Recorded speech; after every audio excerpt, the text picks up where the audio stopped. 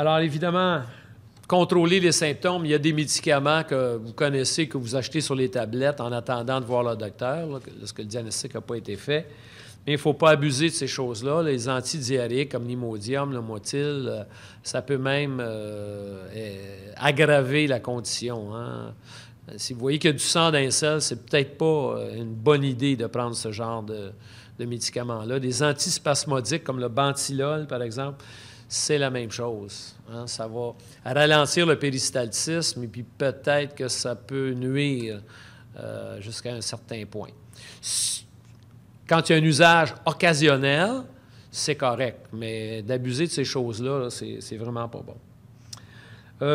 Les probiotiques, tout est dépendant de la gravité de la maladie, de la colite ulcéreuse. Je ne sais pas si ça va améliorer. Probablement que ça ne détériorera pas. À mon avis, ça ne fera pas grand-chose sur la colite ulcéreuse. Dans la maladie de Crohn, il y a eu des études avec le VSL3, en prévention, les gens qui ont déjà été opérés en prévention, j'ai participé à cette étude-là, sans atteindre un chiffre significatif, il y avait une tendance, ça pouvait peut-être avoir certains bienfaits, mais on n'atteignait pas statistiquement une différence avec les gens qui n'en prenaient pas. Donc, je pense qu'on a besoin d'autres études là-dessus. Chez l'enfant, je sais qu'en Alberta, il y a eu une étude chez l'enfant qui avait démontré que c'était à peu près aussi bon que les 5 ASA. On va passer les classes de médicaments, là, que les 5 ASA, mais ça, c'est une étude. Donc, point d'interrogation. Je ne pense pas que ça va détériorer, mais est-ce que ça va aider? Je ne sais pas. L'autre chose pour les probiotiques, faire attention. Les gens qui sont immunosupprimés, qu'est-ce que c'est, ça? C'est les gens qui prennent de l'Imuran, du Purinétol, du méthotrexate et les anti-TNF. Les anti-TNF, c'est le Remicade, c'est l'Humira, puis le Simponi. On va reparler. Ça, je vous déconseillerais les probiotiques. Parce que ce que vous avalez là, c'est des bactéries. Et lorsque vous êtes immunosupprimé, ça peut exploser dans votre corps, si vous voulez, et puis entraîner une infection carabinée. Alors, les gens qui sont immunosupprimés, je pense que ça serait à déconseiller. Alors, on va passer les classes de médicaments, hein? En commençant par peut-être le médicament le plus connu. À peu près tout le monde qui a la colite ulcéreuse a eu ça. C'est la classe des 5 ASA. Vous connaissez plus les médicaments, leur nom de commerce, là, comme Azacol, Mesavant, Pentasa, Salofarc. C'est peut-être les 4 plus connus au Québec, en tout cas, là. Le générique a toujours été extrêmement mauvais dans les 5 ASA. Il existe, mais bon, même les gouvernements n'ont jamais insisté pour donner ce médicament-là parce qu'il passait directement dans les selles. Alors, c'est pas à recommander dans la colite ulcéreuse. Alors, le générique n'est pas bon. Les 5 ASA, ça va se donner dans la colite ulcéreuse légère à modérée. Et ça va se donner à long terme comme prévention des récidives. OK? Ça, presque tout le monde a eu ça, au moins au début de leur maladie. Alors, c'est sûr que, bon, la salazopérine, ça se donne à peu près plus. Je pense que j'ai 1 ou 2 patients que je suis peut-être depuis 30 ans qui prennent ça encore. Mais ça donnait un peu trop d'effets secondaires. Ceux qui n'ont pas d'effets secondaires, c'est correct, là, mais ça donnait des effets secondaires, de l'anémie, etc. Alors, on n'en prescrit presque plus, si ce n'est que des gens qui ont des douleurs articulaires ou de l'arthrite causée par la colite ulcéreuse. Ça se donne par les rhumatologues encore, plus pour traiter l'arthrite que pour traiter la colite ulcéreuse. Bon, dès que ça se complique un peu, que c'est un petit peu plus sévère, malheureusement, je dis malheureusement parce qu'on n'aime pas ça, prescrire ça, là, c'est de la cortisone. C'est prescrit dans des centaines de maladies en médecine, là, dont la colite ulcéreuse, la maladie de Crohn. C'est sûr que ça va soulager les symptômes rapidement, ça agit rapidement, mais à long terme, ça peut être néfaste. Les effets secondaires sont extrêmement nombreux à long terme avec la cortisone, de telle sorte, ça c'est apparu dans les années 30, les années 40 là, sur le marché pour toutes sortes de conditions. Actuellement, je ne pense pas que ça passerait la barrière des instances gouvernementales, la FDA aux États-Unis ou Santé Canada. Ça donne extrêmement beaucoup d'effets secondaires. À partir des yeux jusqu'à, écoutez, vous savez, le changement de faciès, de l'acné, ça va donner de l'hypertension, ça peut donner du diabète, ça affecte les os, l'ostéoporose, ça peut entraîner une nécrose avasculaire des hanches, ça peut mener jusqu'à des chirurgies de hanches, de remplacement de hanches. Alors, c'est des choses qu'on va donner lorsqu'on n'a pas le choix. Moi, je prédis que dans 10 ans ou dans 20 ans, on n'en donnera plus de ça, là, avec les nouveaux médicaments qui s'en viennent. Mais actuellement, on en donne encore. Ça agit rapidement. Ça soulage les patients, tout ça. Mais rapidement, il faut passer à autre chose. Et un des objectifs, on a parlé tantôt des objectifs de la médication. Un des objectifs, c'est de sortir de la cortisone. On a parlé des symptômes, on a parlé de la cicatrisation de la muqueuse, mais l'autre objectif, c'est se débarrasser de la cortisone à cause des effets secondaires à long terme. Mais c'est utilisé encore fréquemment. Alors, ça peut se donner par la bouche. Dans les cas graves à l'hôpital, ça peut se donner par voie intraveineuse et ça peut se donner également par voie rectale. Lorsque vous avez une atteinte du rectum seulement ou une légère colite gauche, on peut traiter les patients seulement qu'avec des lavements ou des suppositoires si vraiment là, la distance n'est pas très longue par rapport à l'anus. Des suppositoires ou des lavements de 5-ASA, Pentasa, Salofalk. Les lavements de cortisone, là, on en donne à peu près plus, presque plus. Ça a quasiment disparu, ça, de l'arsenal thérapeutique. Parce qu'il y a quand même une certaine absorption, même si c'est juste un lavement, la muqueuse va quand même l'absorber, puis à long terme, ça peut donner des effets secondaires aussi. Donc, on va se débarrasser le plus rapidement possible sur un horizon de 8 à 12 semaines, 16 semaines, mais plutôt 8 que 16, là. On va se débarrasser de la cortisone, mais on va prendre le relais avec d'autres choses. OK? On va prendre le relais avec des immunosuppresseurs. Les noms que vous avez, c'est surtout Imuran et Purinethol. Purinethol célèbre dernièrement, parce qu'il est souvent backorder, là, et plusieurs d'entre vous peut-être ont eu des problèmes avec ça. Là. La compagnie, il y a des ruptures de stock intermittents depuis 2-3 ans.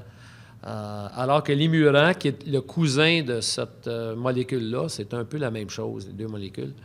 On passe maintenant pratiquement tout le monde à l'Imuran parce qu'au moins, il n'y a pas de rupture de stock et les patients ne manquent pas de médicaments. Alors ça, c'est des médicaments des immunosuppresseurs, donc qui agissent au niveau des globules blancs, qui diminuent la réponse des globules blancs au système immunitaire, qui surréagit dans la colite ulcéreuse et dans la maladie de Crohn. Alors, c'est pour ça que ces médicaments-là ont été faits. Des fois, les patients nous reviennent, disent « Vous m'avez prescrit un médicament pour la leucémie. » Rassurez-vous, ça s'est peut-être donné des années 40-50 dans la leucémie, mais ça ne se donne plus dans la leucémie, mais ça a commencé comme ça, ces médicaments-là. C'est donné pour beaucoup d'autres maladies aussi. Hein? L'Imuran, le Purinethol, c'est donné dans toutes sortes d'autres conditions également. Le méthotrexate, il y a des études en cours, mais ça n'a jamais été donné de façon routinière, le méthotrexate, dans la colite ulcéreuse. Donc, je n'en parlerai pas beaucoup. Cyclosporine, ça ne se donne presque plus non plus. Ça se donnait dans les colites extrêmement graves à l'hôpital. Maintenant, avec les anti-TNF, ça tend à tomber. Et ça donnait également beaucoup d'effets secondaires, de l'hypertension artérielle, des maladies de reins, etc. Donc, on n'en donne pratiquement plus. Mais tous ces médicaments-là prennent 2 mois minimum avant d'agir. Alors, le patient rentre à l'hôpital, c'est pour ça qu'on a encore la cortisone, elle agit rapidement, au moins on soulage les symptômes, tout ça. Mais on commence, la tendance, c'est de commencer assez rapidement les immunosuppresseurs pour prendre le relais lorsqu'on va quitter la cortisone. Si vous attendez 2 mois, bien là, vous êtes 2 mois en arrière encore. Le patient a le temps de tomber en rechute puis revenir à l'hôpital. Donc, l'Imuran, il est fait dans deux, si vous voulez, il y a comme 2 objectifs. C'est de prendre le relais de la cortisone, mais également de sortir le patient de la cortisone dans 2 à 3 mois pour éviter les effets secondaires. C'est quand même pas dénoué d'effets secondaires, les immunosuppresseurs.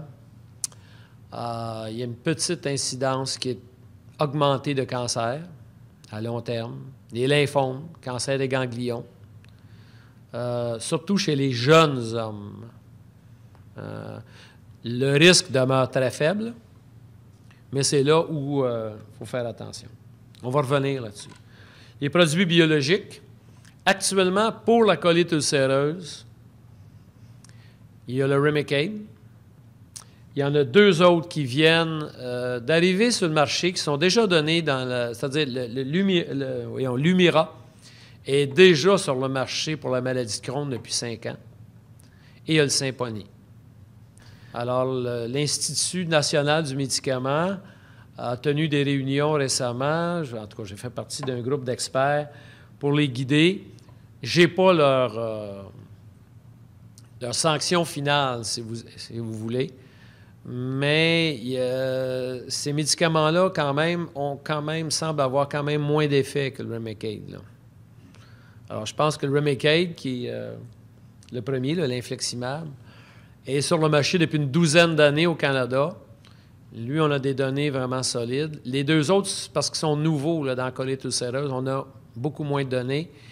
Et on attend ce qui va arriver avec l'INES.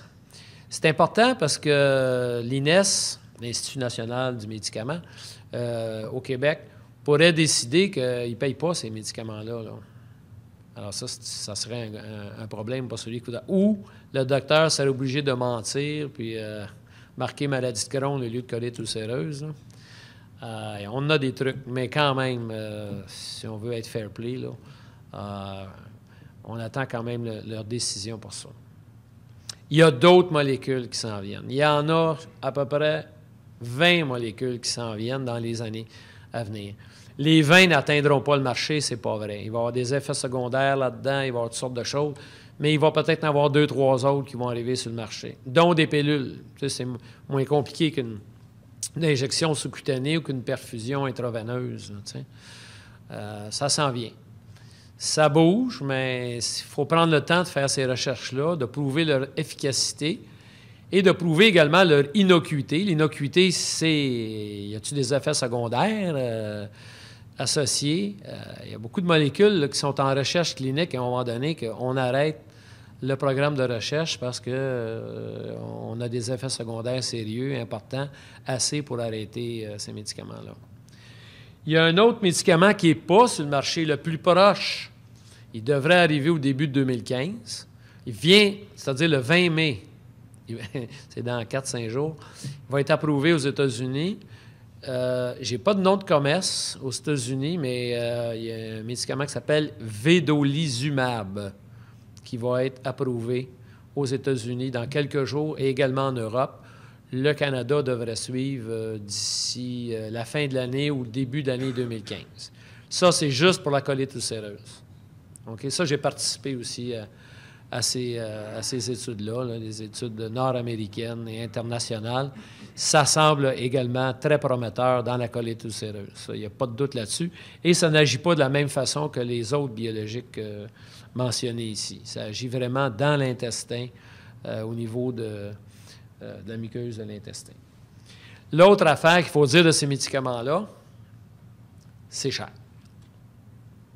Vous le savez, là, pour ceux qui utilisent ces médicaments-là, on est quand même choyé au Canada, au Québec, d'avoir un système de médicaments qui est pratiquement payé, là, soit par l'industrie privée pour ceux qui ont des assurances privées, ou soit par le gouvernement.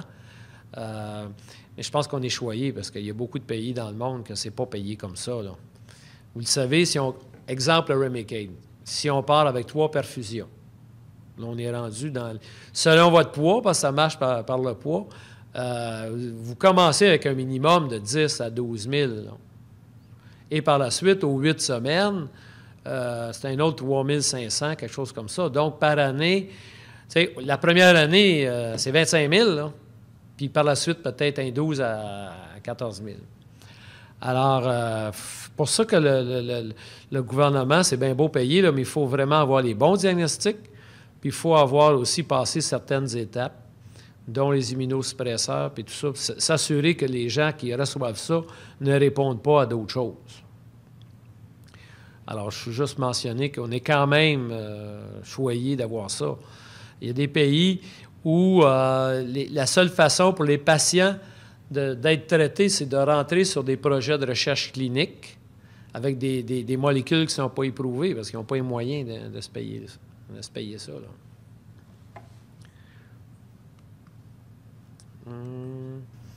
Alors, évidemment, avant d'être approuvé par Santé Canada, le FDA américain, ça prend énormément d'études cliniques blindées pour prouver l'efficacité et l'innocuité de ces médicaments-là.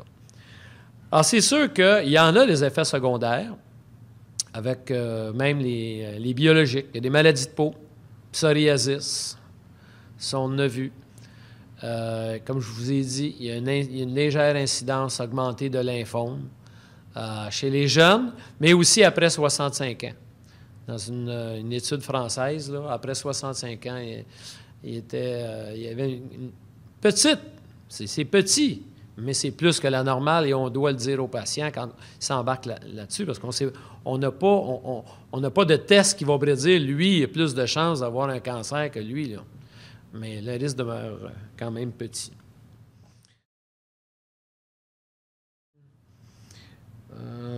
Mais ce qui arrive la plupart du temps, c'est une combinaison de médicaments. Alors, c'est sûr que les colites légères à modérées vont être contrôlées avec des 5-ASA. Ils n'auront jamais ces médicaments-là. Là. Et c'est la plupart des patients. Hein, Asacol, Mesavant, etc. Ça fait un job dans 2 tiers des cas. Là. Mais quand ça va mal, on a besoin de passer à autre chose. Hein? Ces médicaments-là sont dépassés à un moment donné et on doit passer à autre chose. Donc, combinaison de médicaments. Souvent, les patients vont recevoir 5-ASA, Imuran, ils vont recevoir un biologique aussi. Puis on sait que la combinaison immunosuppresseur biologique, c'est mieux également que l'un ou l'autre seul. On le sait, ça aussi. Il y a des études qui ont été publiées, puis c'est des études canadiennes en plus qui ont été publiées. Alors, vous voyez ici le risque. On met ça sur diapositive juste pour que ça vous frappe l'imaginaire. Tu sais. Vous voyez le risque de lymphome, là, qui est j'ai dit le cancer des ganglions, est quand même dans la colonne de gauche, est quand même légèrement augmenté, mais faible. Des cancers aussi. Puis vous voyez que vous avez beaucoup plus de chances de décéder d'un accident de la route que de prendre ces médicaments-là. Non, mais c'est ça l'analogie dans cette diapositive-là. C'est qu'il y a un risque relatif, oui, qui est augmenté, un petit peu de cancer, mais vous avez bien plus de chances en sortant d'ici de perdre la vie que de perdre la vie en prenant ces médicaments-là. C'est juste une analogie comme ça. Souvent, je dis aux patients, vous êtes au Centre Bell, il y a 21 273 personnes. S'ils prennent toutes du Remicade, il y en a peut-être un là-dessus qui va avoir un lymphome. Il va en avoir un, mais quand tu regardes la foule, c'est pas beaucoup, là, tu sais. Alors, c'est important de continuer à dialoguer avec vos patients, de prendre vos médicaments, je l'ai mentionné, parce qu'il faut atteindre la cicatrisation de la muqueuse. On sait que si la muqueuse est cicatrisée, ça va diminuer le nombre de rechutes et ça va diminuer également, à long terme, le risque de cancer. Une muqueuse qui est toujours enflammée, qui est toujours inflammatoire, bon, c'est plus sujet à développer un cancer à long terme qu'une muqueuse qui est tout à fait normale à l'endoscopie.